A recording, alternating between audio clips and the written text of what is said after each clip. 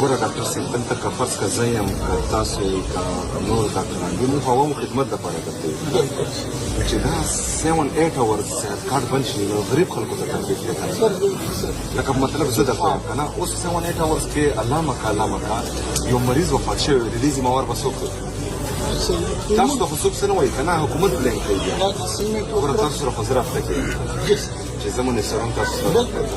کم سے کم ماته خو دومره زه به مې انفام کړی وی چې دغه رنګه مسله ده نو په صحت او په ایجوکیشن باندې خو زه کمپرومایز نه کوم خو زما په علم کې نشته او تاسو صحت کارت بندوئ او زما خلکو ته تکلیف ورکوئ دا خو ډېره نامناسبه خبره خو 2-3 ورځې به نور وي که نه زما په علم کې به م راوستی خو که ګورمنټ نه ویم جوړ زه خو راغلی یم که نه ما خو پیسې ورکولی شوې که زه مې انفام کړی ویم ما به ورکړې وې پیسې خو بهرحال لکه مطلب دا بلنډر شوی دی که نه 7-8 اورز د عوامو د زندګۍ سره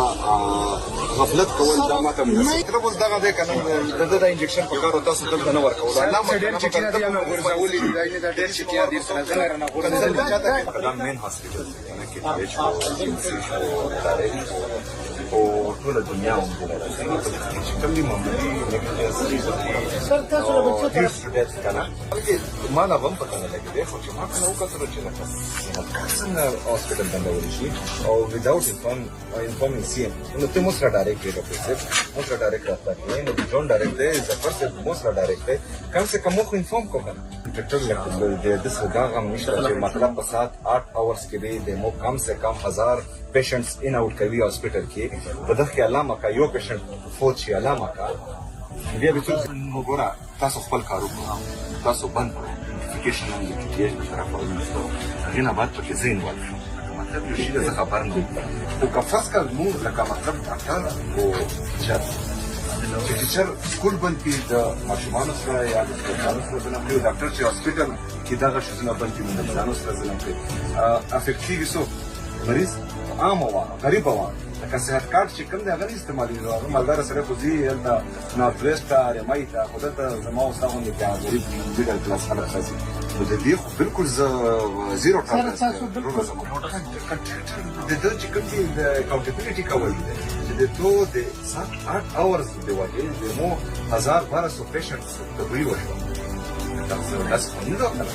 چې ته څه زړه غواړي کوي دا خو څه ډېر نه کړي چې چا څه زړه غواړي هغه به کوي خو سزا و جزا به نه وي سزا و جزا خو به ډېر نه وي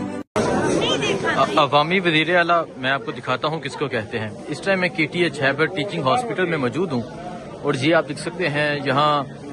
एक कसीर तादाद में लोग मौजूद हैं जो अपने प्यारों को इलाज की गर्ज से यहाँ लेकर आए हैं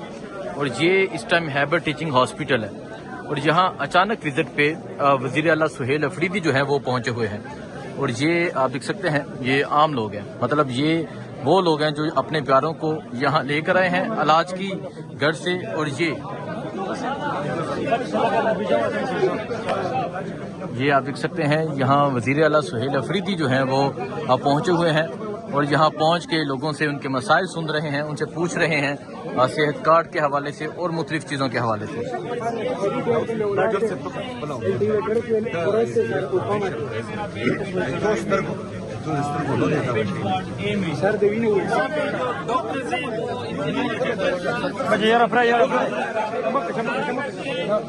ये आप देख सकते हैं इस तरह